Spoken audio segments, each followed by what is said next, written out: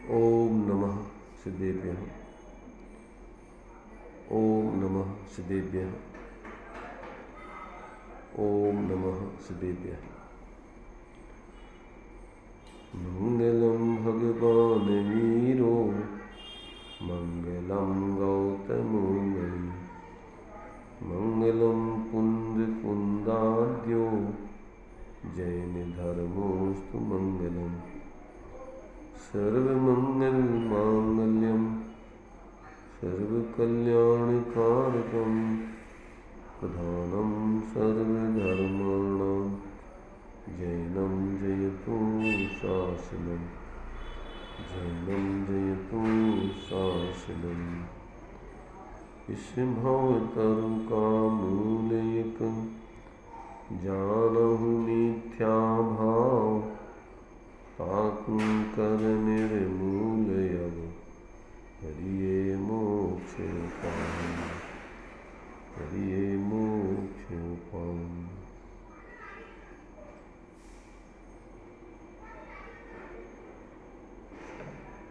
चर्चा अपनी मोक्ष मार्ग प्रकाशक जी के 7वें अधिकार के अंतर्गत जैनाभासियों के स्वरूप को समझने की चल रही है। यहाँ व्यवहार धर्मधारक जैनाभासियों की स्वरूप को अपन यहाँ समझ रहे हैं। अभी अपना सम्यक दर्शन के अर्थ जो सच्चे देव गुरु धर्म 7 तत्वादिक का स्वरूप है, उसके संबंध में किस प्रकार के आभास को धारण करके और भ्रम में रहता है, सम्यक श्रद्धान से वंचित रहता है। ये सम्यक दर्शन के अर्थ साधन करने पर भी सम्यक दर्शन उसको नहीं होता है। यहाँ तक की चर्चा अपनी हो गई। अब सम्यक ज्ञान का अन्यथा रूप, उसके बारे में अपन विचार करते हैं। अब शास्त्र में सम्यक ज्ञान के अर्थ शास्त्राभ्यास करने से सम्यक ज्ञान होना कहा है, इसलिए यह शास्त्राभ्यास में तत्पर रहता है। वहाँ सीखना, सिखाना, याद करना, वांचना, पढ़ना आदि क्रियाओं में तो उपयोग को रमाता है, परंतु उसके प्रयोजन पर दृष्टि नहीं है। इस उपदेश में मुझे कार्यकारी क्या है तो अभिप्राय नहीं है। स्वयं शास्त्राभ्यास करके औरों को संबोधन देने का अभिप्राय रखता है और बहुत से जीव उपदेश माने वहाँ संतुष्ट होता है, परंतु ज्ञानाभ्यास तो अपने लिए किया जाता है और अवसर पाकर पर का भी भला होता हो तो पर का भी भला करे। अगर कोई उपदेश न सुने तो मत सुने, स्वयं क्यों विषाद करे। शास्त्राभ्यास का भाव जानकर अपना भला करना। देखो, यहाँ पर शास्त्राभ्यास और ज्ञानाभ्यास, ये दो चीज़ें अपन को यहाँ समझना है। ऊपर सम्यक ज्ञान के अर्थ शास्त्रों में शास्त्राभ्यास करने का विधान है। शास्त्रों में सम्यक ज्ञान के अर्थ शास्त्राभ्यास करने से सम्यक ज्ञान होता है, होना कहा है, इसलिए शास्त्राभ्यास में तत्पर रहता है। तो यहाँ पर अपने लिए पहले तो ये समझना कि शास्त्राभ्यास करने से सम्यक ज्ञान होता है, इस अर्थ के लिए शास्त्राभ्यास करना। तो अब यहाँ पर कह रहे हैं कि वो शास्त्राभ्यास किस तरीके से करना, वो किस तरीके से करता है। करता तो है अपना सम्यक ज्ञान अपने लिए करना तो चाहिए कि अपने लिए सम्यक ज्ञान की सिद्धि हो जाए, अपना जो है मिथ्या अभिप्राय पूर्वक का जो जानपना चल रहा है वो दूर हो गए। तो अब सीखता है, सिखाता है, याद करता है, बाँचता है, इन सब क्रियाओं में प्रवृत्ति करता है। बाँचना, पृच्छना, अनुप्रेक्षा, आमना, धर्मोपदेश, ये सब उसमें गर्भित हो गए। अब ये सब करता है, उसमें उपयोग को लगाता है, परंतु उसके प्रयोजन पर दृष्टि नहीं है। इस उपदेश में मुझे कार्यकारी क्या है सो अभिप्राय नहीं है। स्वयं शास्त्राभ्यास करके औरों को संबोधन देने का अभिप्राय रखता है। पहले तो यही अभिप्राय गलत हो गया। अरे भाई, औरों को संबोधन तो साइड में है, मूल में नहीं है। दिया आगे देखो, तो औरों को संबोधन देने का अभिप्राय रखता है और बहुत सी जीव उपदेश माने वहाँ संतुष्ट होता है, परंतु ज्ञानाभ्यास तो अपने लिए किया जाता है। मूल प्रयोजन उसका, मूल में भूल हो गई। तो अब भाई ये तो शास्त्रों के माध्यम से समझना तो था अपन को, अपने स्वरूप को, और भ्रांति को तोड़ करके अपने जीवन में स्वरूप आराधना करने के लिए। अब वो तो लक्ष्य रखा नहीं, वो तो कार्य किया नहीं, और शास्त्रों को पढ़ करके छह उपसंज्ञान में और बस दूसरों को संबोधन देने के लिए, पढ़ाने के लिए उसमें दूसरे मानते संतुष्ट होता है। और उसमें भी फिर अपना अभिप्राय, मान लीजिए ज्ञानियों के जीवन में भी ये होता है। ये कह रहे कि अभिप्राय, दूसरों को संबोधन देने का अभिप्राय रखता है, बहुत से जीव उपदेश माने वहाँ संतुष्ट होता है, परंतु ज्ञान अभ्यास तो, यहाँ ज्ञान अभ्यास माने शास्त्र अभ्यास तो अपने लिए किया जाता है, और अवसर पाकर पर का भी भला होता हो तो पर का भी भला करे। क्या कहा? अवसर पाकर, अर्थात अपने आत्मकल्याण के मार्ग से, अपने आत्मकल्याण के कार्य से अगर अपन को समय बचे तो,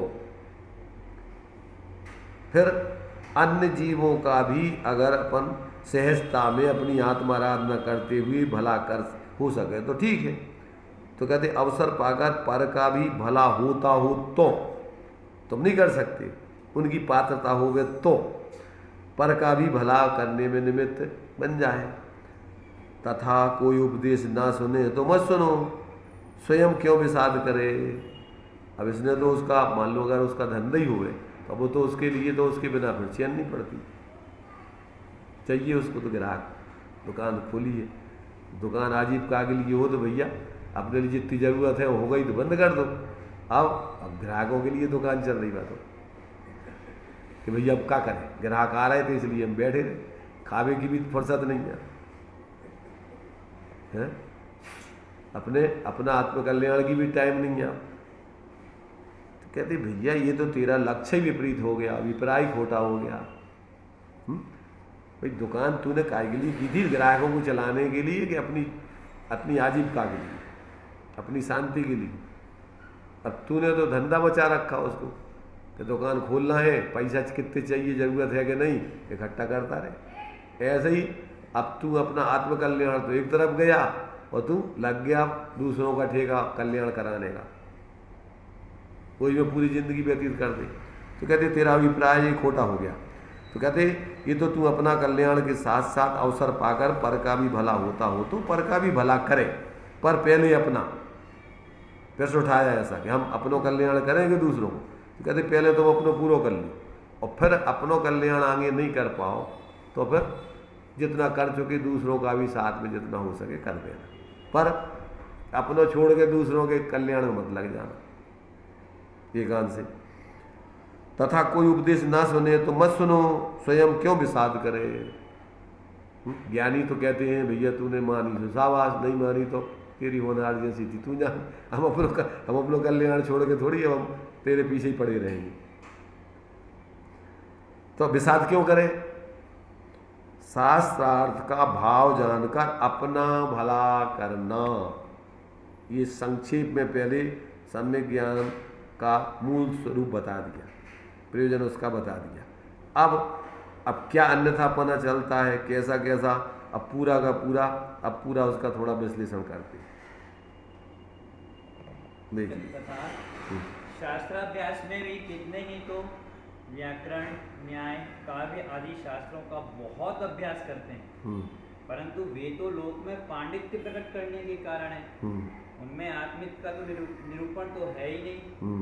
इनका तो प्रयोजन इतना ही है कि अपनी बुद्धि बहुत हो तो थोड़ा बहुत इनका अभ्यास करके पश्चात आत्मित के साधक शास्त्रों का अभ्यास करना।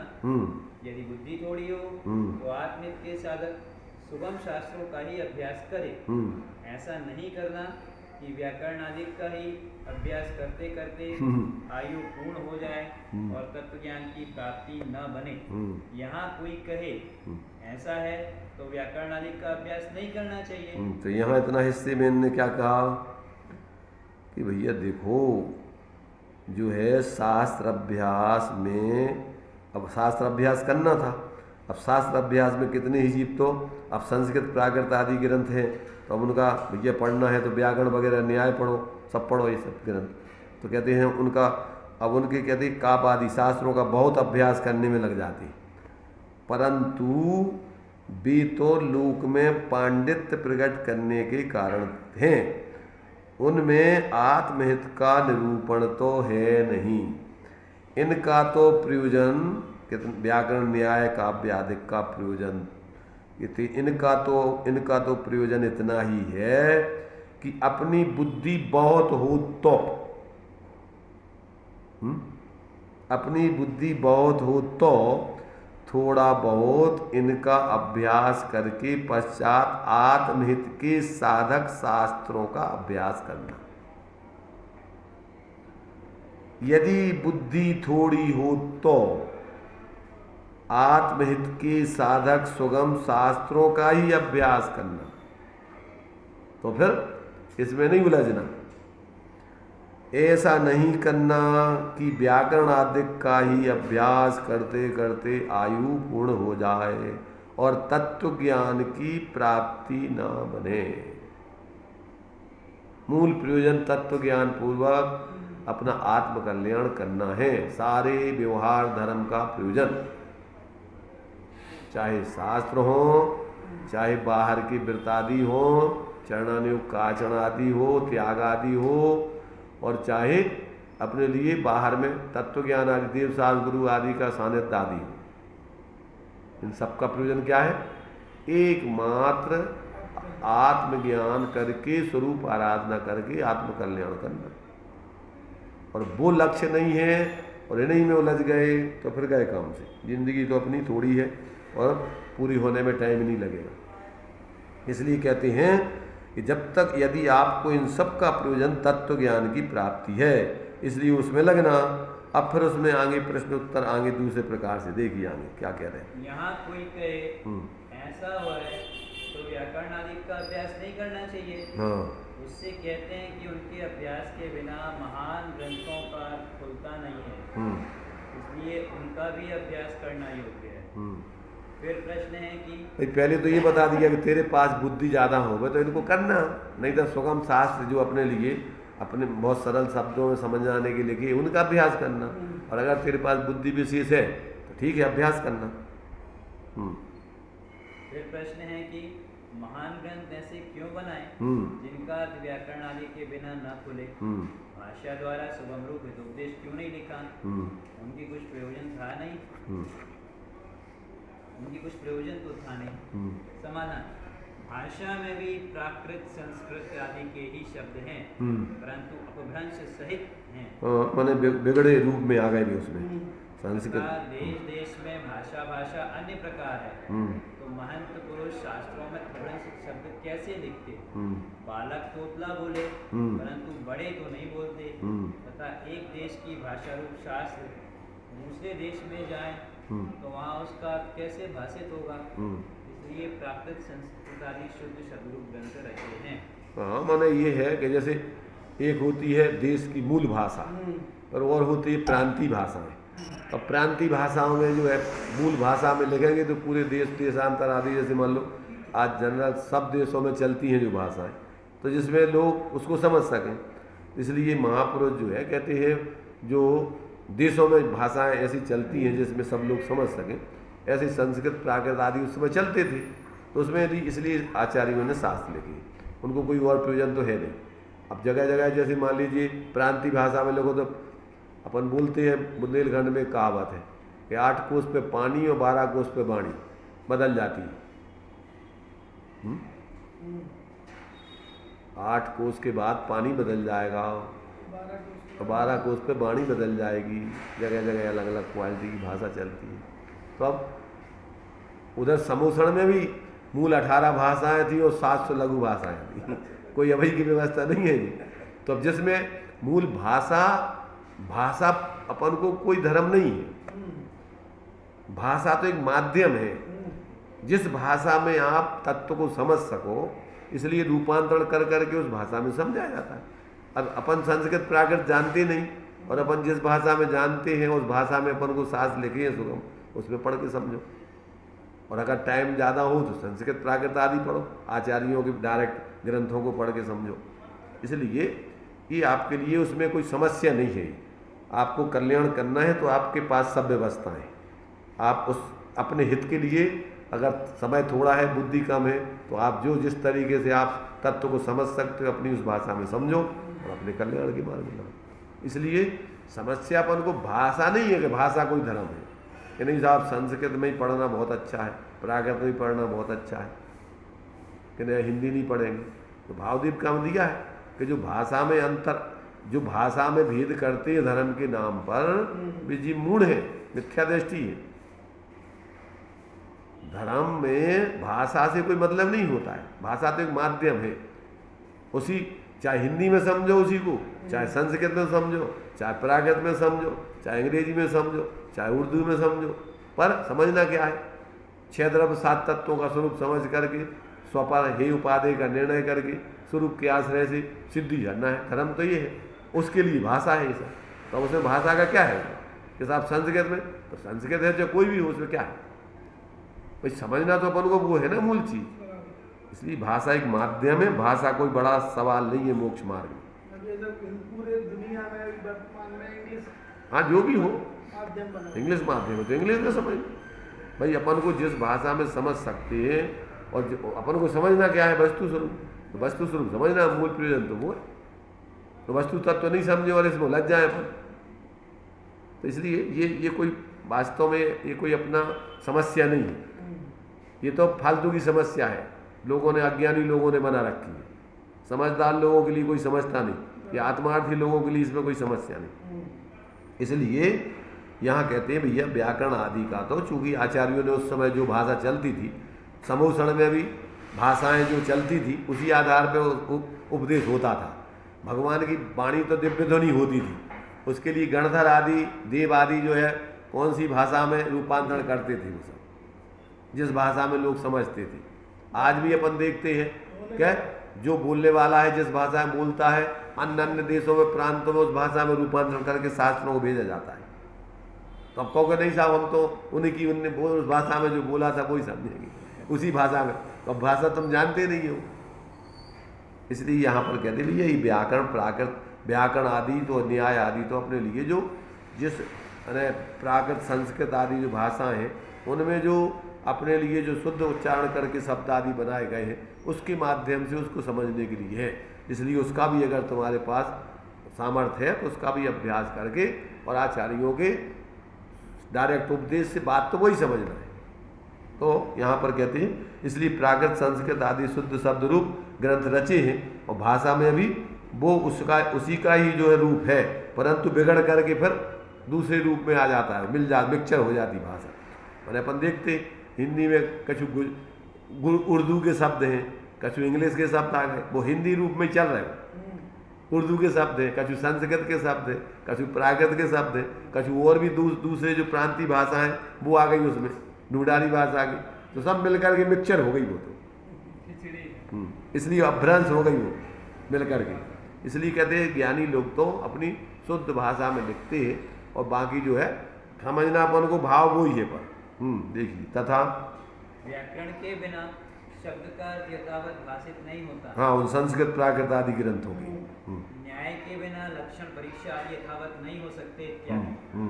वचन द्वारा वस्तु के स्वरूप का निर्णय व्याकरण आदि बिना भली भांति न होता जानकर उनकी आमनाएं अनुसार कथन किया है। भाषा में भी उनकी थोड़ी बहुत आमनाएं आने पर ही उपदेश हो सकता है। हाँ, जो परंपरा जो है जिस तरीके की उनकी परिभाषाएं वगैरह बनाने की चली आई उसी आधार पर लिखे गए ग्रंथ। परंतु उनकी बहुत कामनाएं से भली भांति निर्णय हो सकता है। हाँ, मैंने अपन को जो परंपरा में जिसका जो शब्द है, जिस सामनाय में उस शब्दों का, क्योंकि शब्दानामा नहीं करता, तब उस शब्द का क्या अर्थ उस सामनाय में अपने लिए बनाया गया है वो अपन समझेंगे नहीं, तब तक उनके भाव को नहीं समझेंगे, अपना प्रयोजन नहीं साध पाएंगे। इसलिए अपन को स्वाध्याय के भेदों में एक आमनाय भी है, वाचना, प्रच्छना, अनुप्रेक्षा, आमनाय और धर्मोपदेश। तो आमनाय के दो अर्थ होते हैं, एक होता है उसको बार बार फेरना, याद करना, और एक होता है आमनाय माने परंपरा से मिलाना आचार्यों। फिर कहोगे कि ऐसा है तो अब भाषा रूप ग्रंथ किस लिए बनाते हैं?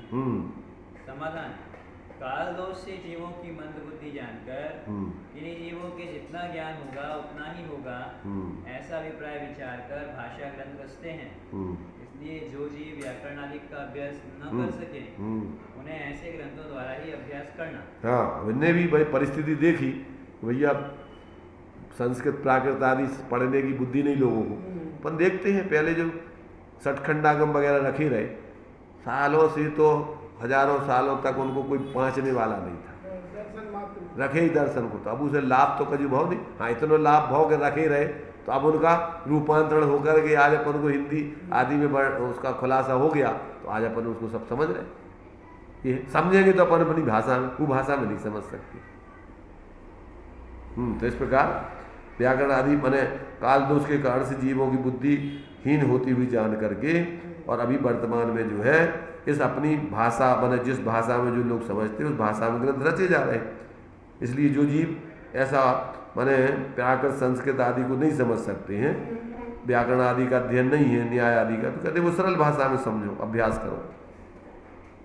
तथा जो जीव शब्दों की नाना युक्तियों सहित अर्थ करने के लिए ही व्याकरण का अवगाहन करते हैं, वाद आदि करके महंत होने के लिए न्याय का अवगाहन करते हैं, और चतुराई प्रकट करने के लिए काव्य का अवगाहन करते हैं इत्यादि लौकिक प्रयोजन से इनका अभ्यास करते हैं, वे धर्मात्मा नहीं है। इनका बन सके उतना थोड़ा बहुत अभ्यास करके आत्महित के अर्थ जो तत्वादिक का निर्णय करते हैं वही धर्मात्मा पंडित जानना। ये देखिए, ये अपन को माने मूल प्रयोजन अपना क्या है इन सब से पढ़ने का। अब जो लोग लौकिक में ही माने शब्दों की नाना युक्तियों सहित अर्थ करने के, अर्थ व्याकरण आदि का अनेक अनेक व्याकरण से कितने कितने उसके अर्थ निकलते हैं, कैसे कैसे होते हैं, अनेक प्रकार के बनाते रहो, उसमें लगे रहो। तो कहती हैं ये जो इसके लिए अवगाहन, इनको व्याकरण आदि पढ़ते, वाद आदि करके महंत होने के लिए जो न्याय का अवगाहन करते, एक दूसरे का खंडन मंडन करने के लिए जो न्याय में जो है कैसी कैसी युक्तियां दे करके कौन सी बात को खंडन किया जाए, कौन सा, तो अब इसके लिए करते हैं अवगाहन न्याय का। और अपन देख रहे हैं न्याय में ज़्यादा पड़ गए और खंडन मंडन में पड़ गए तो उनको इतना ही दुर्दशा होने लगा, ज़्यादा नेतागिरी करने लगे। अगर तो आत्मकल्याण के काम में तुम्हें का लेने देने, अरे भाई दूसरा कोई रुचि होवे तो समझाओ, नहीं आवे तो तुम काहो जबरदस्ती उनको बता रहे। इसलिए कहते हैं, और चतुराई प्रकट करने के लिए नाना काव्य बना करके, युक्ति बना करके लोगों को मनोरंजन करो। तो कहते हैं अवगाहन करते इत्यादि लौकिक प्रयोजन सहित इनका जो अभ्यास करते हैं उनको धर्मात्मा नहीं जानना। इनका बन सके उतना थोड़ा बहुत अभ्यास करके आत्महित के अर्थ जो तत्वादिक का निर्णय करते हैं वही धर्मात्मा पंडित जानना। ये है मूल प्रयोजन। तथा कितने ही जीव पुण्य पाप आदि फल के निरूपक, पुराण आदि शास्त्रों का, पुण्य पाप क्रिया के निरूपक, आचार आदि शास्त्रों का तथा गुणस्थान, मारणा, कर्म प्रकृति, विलोक आदि के निरूपक कर्णन योग के शास्त्रों का अभ्यास करते हैं, परंतु यदि आप इनका प्रयोजन नहीं विचारते तब तो तोते जैसा ही पढ़ना हुआ। और यदि इनका प्रयोजन विचारते हैं तो वहाँ पाप को बुरा जानना, पुण्य को भला जानना, गुणस्थान आदि का स्वरूप जान लेना, तो जितना इनका अभ्यास करेंगे उतना हमारा भला है इत्यादि प्रयोजन का विचार किया है। सो इससे इतना तो होगा कि नरकालिक नहीं होंगे, स्वर्गालिक होंगे, परंतु मोक्ष मार्ग की तो प्राप्ति नहीं होगी। देखो यहाँ 3 प्रकार के अनुयोगों की बात आ गई है। कितने ही जीव तो व्याकरण आदि से हट करके अब अनुयोगों पे आए। पहले तो व्याकरण आदि की उपयोगिता अनुपयोगिता सिद्धि की, प्रयोजन की सिद्धि के लिए जितना जरूरी है अपने पास सामर्थ्य हो तो करो, नहीं तो फालतू के इसमें मत रखना। अब अनुयोगों में क्या क्या पढ़ना, क्यों पढ़ना, उसका प्रयोजन क्या रखना और कैसे नहीं रखना, अब वो बता रहे। कितने ही जीव तो पुण्य पाप आदिक फल के निरूपक पुराण आदिक शास्त्रों का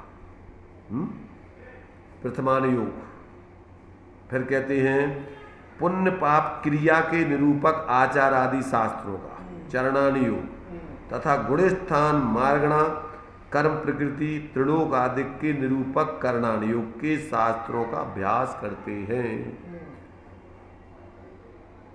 8वें अधिकार में टोडरमल जी ने लिखा, जैसे मान लीजिए सब चारों अनुयोग का उन्होंने स्वरूप बताया, प्रयोजन आदि बताया। तो प्रथमानुयोग का प्रयोजन क्या बताया? संसार की विचित्रता, पुण्य पाप का फल, महापुरुषों की प्रवृत्ति। क्या बताया उसमें?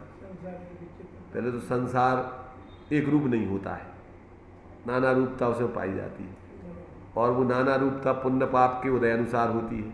तो उसमें कौन जीवों ने पाप किया उसका फल क्या आया, किसने पुण्य किया उसका फल क्या आया, वो सब इसमें बताया गया। अब उसमें महापुरुष क्या करते हैं? महापुरुष तो तत्व अभ्यास करके पुण्य पाप फल माए हरक बिल खे नहीं भाई, यह पुद्गल पर आय उपज बिन से थिर नहीं।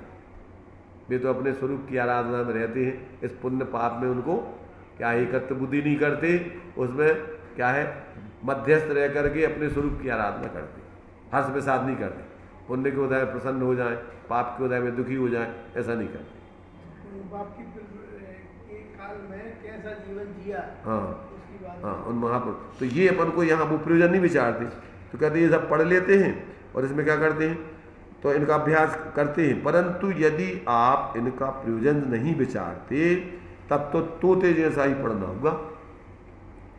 अच्छा, और यदि इनका प्रयोजन विचारते हैं तो कौन सा प्रयोजन विचारते हैं? पाप को बुरा जानते हैं, पुण्य को भला जानते हैं, गुणस्थान आदि का स्वरूप जान लेते हैं, तथा जितना इनका अध्ययन करेंगे उतना हमारा भला होगा, ऐसा विचार कर और इसकी स्वाध्याय आदि में लगे रहते हैं। तो कहते इत्यादि प्रयोजन का विचार किया है, सो इससे इतना तो लाभ होगा इनको कि नरक आदिक नहीं होंगे, स्वर्ग आदिक होंगे, परंतु मोक्ष मार्ग की सिद्धि तो नहीं होगी, मोक्ष मार्ग के तो प्राप्ति नहीं होगी। संसार जो होगा त्यो खड़ा रहेगा। तो कैसा करना, अब उसका स्पष्टीकरण देते हैं। प्रथम सच्चा, हाँ पढ़िए। प्रथम सच्चा तत्वज्ञान हो, वहाँ फिर पुण्य पाप के फल को संसार जाने, शुद्धोपयोग से मोक्ष माने, जीव का व्यवहार निरूपण जाने इत्यादि ज्यों का त्यों श्रद्धान करता हुआ इनका अभ्यास करे तो सम्यक ज्ञान। ये है सारांश की बात। इन तीनों अनुयोगों का अभ्यास काहे के लिए करना? तो कहते पहले तो तुम इनका अभ्यास, पहले तो तत्व ज्ञान करो, नंबर पहले तत्व ज्ञान करो। और तत्व ज्ञान के कारण नीचे लिखा हुआ अभी आगे अध्यात्म की बात बता रहे हैं। तो पहले तो तत्व ज्ञान करने चाहिए, फिर वहाँ इन अनुयोगों को पढ़ने पर पुण्य प्रथमानुयोग पढ़ो तो कहते पुण्य पाप के फल को संसार जाने। संसार की विचित्रता है, तो संसार में ऐसी विचित्रता चलती है पुण्य पाप के उदय में। और शुद्ध उपयोग से मोक्ष माने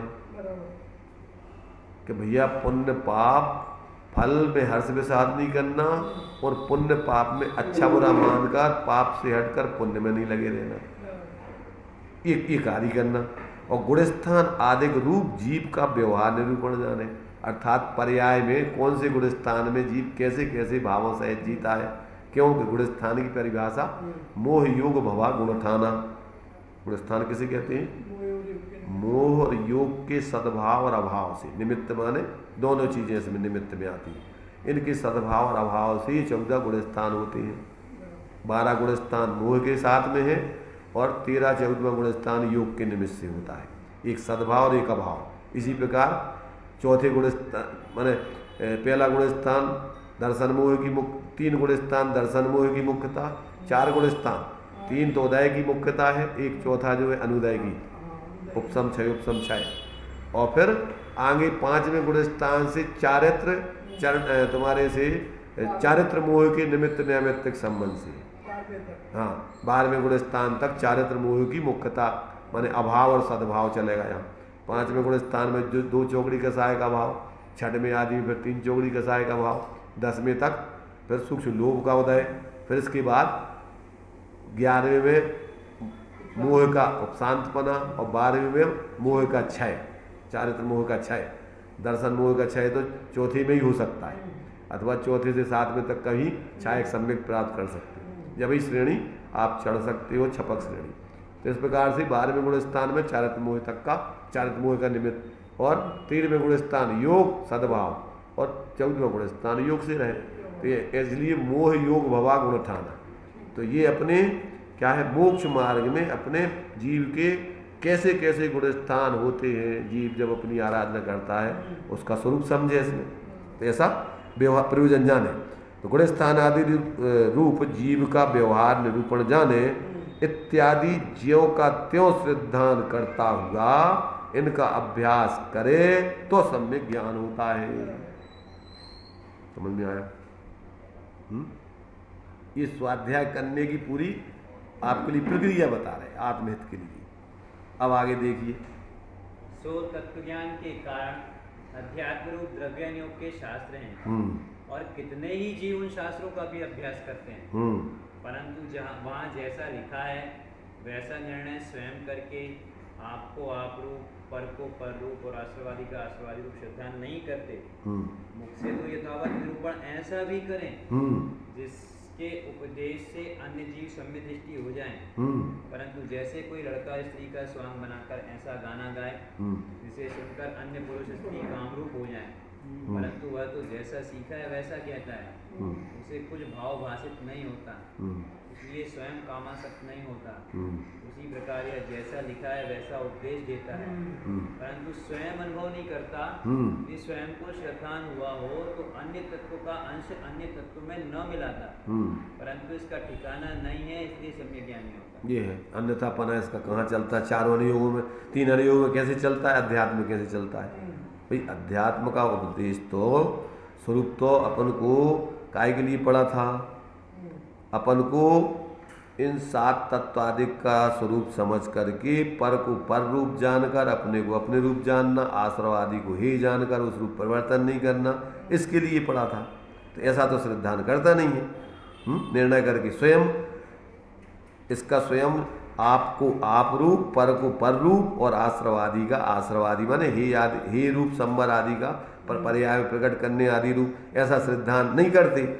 मुख से तो ऐसे यथावत ऐसे ही बोलते हैं, उनके उपदेश से अन्य जीव सम्यक दृष्टि हो जाए, परंतु जैसे दृष्टांत दिया इनने कि कोई लड़का लड़की का स्वांग बना करके क्या कर रहा है, लड़की का स्वांग बना करके बोल रहा है, तो अन्य जो है स्त्री पुरुष तो क्या हो जाते हैं? कामासक्त हो जाते हैं। क्यों हो जाते कामासक्त?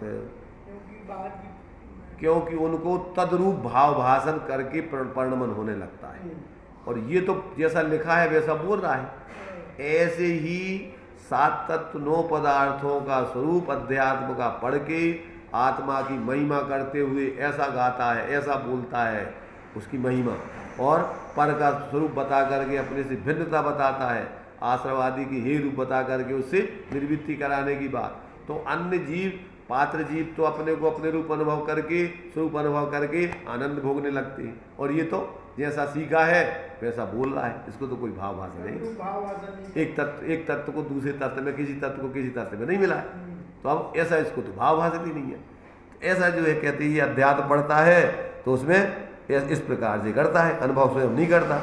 यदि स्वयं को श्रद्धान हुआ होता तो अन्य तत्व का अंश अन्य तत्व में न मिलाता, अपने को चेतन स्वरूप आगे बता रहा है उसको, अब कैसा अनुभव करता हो। तो इस प्रकार से सम्यक ज्ञान नहीं होता इसको। इस प्रकार यह 11 अंग तक पढ़े तथापि सिद्धि नहीं होती। तो समय सार आदि में मिथ्या दृष्टि को 11 अंगों का ज्ञान होना लिखा है। यहाँ कोई कहे कि ज्ञान तो इतना होता है, परंतु जैसा अभव्य से इनको श्रद्धान रहित ज्ञान हुआ वैसा होता है। समाधान, वह तो पापी था जिसे हिंसादि की प्रवृत्ति का भय नहीं था, परंतु जो जीव गिरवे कार्य में जाता है उसके ऐसा ज्ञान होता है वह तो श्रद्धान रहित नहीं है, उसके तो ऐसा ही श्रद्धान है कि ये ग्रंथ सच्चे हैं, परंतु तत्व श्रद्धान सच्चा नहीं हुआ। समय सार में एक ही जीव के धर्म का श्रद्धान 11 अंक का ज्ञान और महावृत आदि का पालन करना लिखा है। प्रवचन सार में ऐसा लिखा है कि आगम ज्ञान ऐसा हुआ जिसके द्वारा सर्व पदार्थों को हस्तामलक जानता है। यह भी जानता है कि इनका जानने वाला मैं हूँ, परंतु मैं ज्ञान स्वरूप हूँ। इस प्रकार स्वयं को परद्रव्य से भिन्न केवल चैतन्य रूप द्रव्य अनुभव नहीं करता, इसलिए आत्मज्ञान शून्य, आगम ज्ञान भी कार्यकारी नहीं है। इस प्रकार यह सम्यक ज्ञान के अर्थ जैन शास्त्रों का अभ्यास करता है, तथापि इसके सम्यक ज्ञान नहीं। क्या दिया इसमें? यहाँ कोई कहे कि ज्ञान तो इतना होता है, परंतु जैसा अभव्य सेन को सिद्धांत रहित ज्ञान हुआ था वैसा होता होगा। कहते भैया वो तो पापी था, उसको तो व्यवहार से सिद्धांत ही नहीं था। अगर व्यवहार से सिद्धांत होता तो चरणानुयोग के आधार से ऐसे पाप के कार्य क्यों करता मुनि वेश में? यहाँ श्रद्धान का मतलब सम्यक श्रद्धान नहीं लेना, यहाँ तो व्यवहार से उस पे के जिनवाणी में जो लिखा है चरणानुयोग आदि वो सत्य है, और उसी आधार पे उसने मुनि व्रत अंगीकार किया है, और उसको पूरा धर्म बुद्धि से धारण करके मर जाएगा, परंतु अपने मूल गुणों में दोष आदि नहीं लगाएगा। ऐसा श्रद्धान नहीं है उसको आत्मज्ञान वाला श्रद्धान। तो ऐसा श्रद्धान था तभी 9वें गृह तक जाएगा। ऐसे पापी जीव तो दुर्गति में जाते हैं, इसलिए कह रहे वह तो पापी था जिसे हिंसादिक की प्रवृत्ति का भय नहीं था, परंतु जो जीव ग्रीवक आदि में जाता है उसके ऐसा ज्ञान होता है। कैसा ज्ञान होता है? वह तो श्रद्धान रहित नहीं होता है, उसको तो श्रद्धान व्यवहार का पूरा होता है। उसके तो ऐसा ही श्रद्धान है कि जो ग्रंथ ये ग्रंथ है सच्चे हैं, परंतु तत्व श्रद्धान सच्चा नहीं हुआ है। समय सार में एक ही जीव के धर्म का श्रद्धान, 11 अंग का ज्ञान और महाव्रत आदि का पालन करना लिखा है। ये रत्नत्रय हो गया व्यवहार का।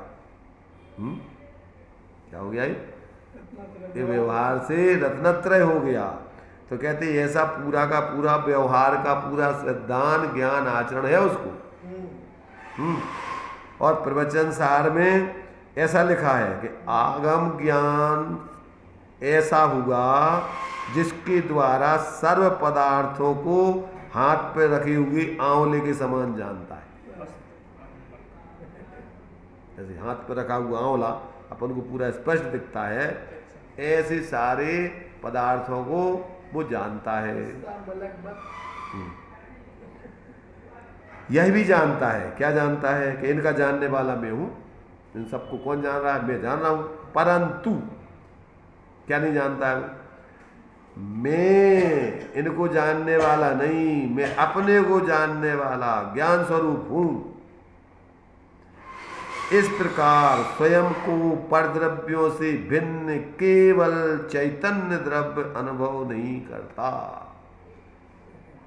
चिन्मूरद्रगधारी के मोह रीत लगत है अटापटी, बाहर नारकृत दुख देखे अंतर सुख रस घटाघटी। रमे अनेक सुरनि संग तस्तिस परिणति से हटाहटी, चिन्मूरद्रगधारी की मोह रीत लगत। सम्यक दृष्टि तो चाहे नरक में हो, चाहे दीप पर्याय में हो, पुण्य के उदय में रमता नहीं है, और पाप के उदय में भयभीत ना हो करके अपने स्वरूप से च्युत नहीं होता है। वो अपने एकमात्र चैतन्य स्वरूप को ही निरंतर, पुण्य में एकत्र बुद्धि नहीं, पुण्य के फल में नहीं, और पाप में नहीं, पाप के फल में नहीं, अपने को निरंतर ऐसा चैतन्य स्वरूप अनुभव करता है। तो ये मुनि होकर के भी 11 अंग तक का ज्ञान होने पर भी, महाव्रतों का आचरण होने पर भी, व्यवहार से धर्म की श्रद्धा होने पर भी इसको परमार्थ से अभी मोक्ष मार्ग की सिद्धि नहीं हुई है। इसलिए इसका नाम व्यवहाराभासी है। जो व्यवहार परमार्थ का कारण था, परमार्थ के साथ रहता है, उस व्यवहार को ज्ञानी परमार्थ नहीं जानते। ये तो उसी को परमार्थ जानता है इसलिए ये व्यवहार का आभास है। अध्यात्म का व्यवहार जो स्वरूप अपने द्रव्य स्वभाव के आश्रय से आत्मा में रत्नत्रय की परिणति पैदा होती है, वो अध्यात्म का व्यवहार है। आत्माश्रित व्यवहार अध्यात्म का व्यवहार है, और कर्माश्रित व्यवहार वो आगम का व्यवहार है। आगम में दोनों हैं, पर उसी आगम में से अध्यात्म और आगम में एक सामान्य रूप से ऐसा समझ कि आगम में तो द्रव्य का स्वरूप बताया है, और अध्यात्म में आत्मा के हित की बात, शुद्ध आत्मा के शुद्ध स्वरूप को सिद्ध किया है। अब ये उसमें इस प्रकार का इसको निर्णय नहीं है, अनुभव नहीं है, मूल तो ये है। इसलिए व्यवहार से सब कुछ निर्दोष करते हुए भी परमार्थ से सब झूठे हैं, सम्यक नहीं है। या बिन ज्ञान चरिता सम्यकता न लहे सो दर्शन धारो भव्य पवित्रा। कल परमात्मा चरिका में आगम और अध्यात्म का अर्थ है ना। आगम का अर्थ वस्तु स्वरूप और आत्मा का अर्थ अध्यात्म का अर्थ, अध्यात्म का आत्मा का अधिकार। आत्मा का अधिकार। अभव्य सेन कौन थे? अभव्य सेन एक मुनिराज थे।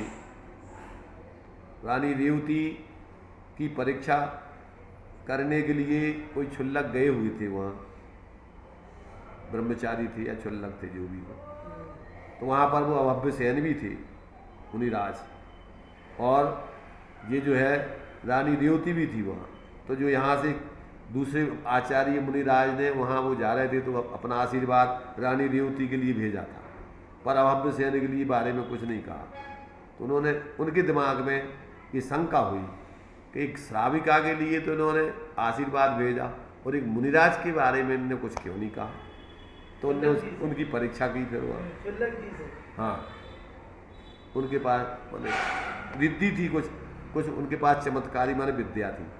तो वहाँ उन्होंने जा कर के पहले तो रानी रेवती की परीक्षा करने के लिए अनेक प्रकार का जो है आडंबर रचा, ब्रह्मा विष्णु महेश के रूप बनाए, फिर समूषण की रचना की, पर सब गए, प्रभावित हो गए, पर रानी रेवती नहीं गई। वो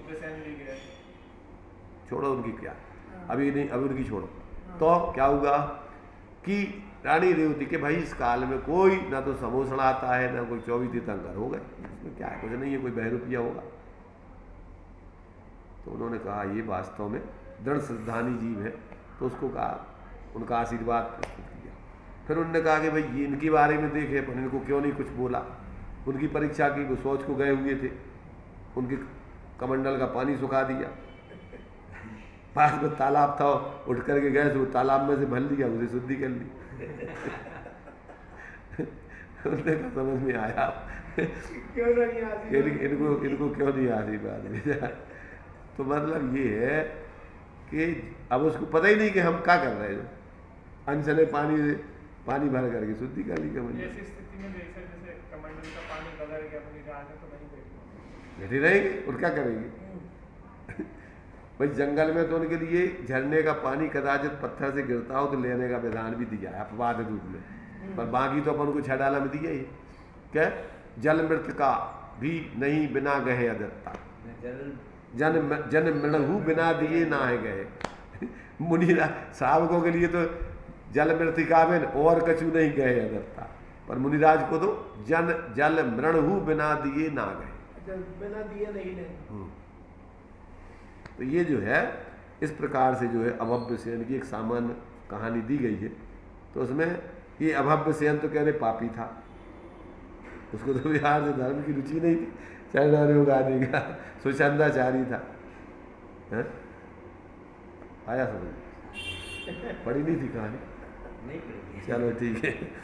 तो अब ये कह रहे हैं कि इस प्रकार से जो जीव, प्रवचन सार में ऐसा लिखा है कि आगम ज्ञान ऐसा हुआ कि जिसके द्वारा सर्व पदार्थों को हस्तामलकवत जानता है, यह भी जानता है कि इसका जानने वाला मैं हूँ, परंतु स्वयं को ज्ञान स्वरूप अनुभव नहीं करता है।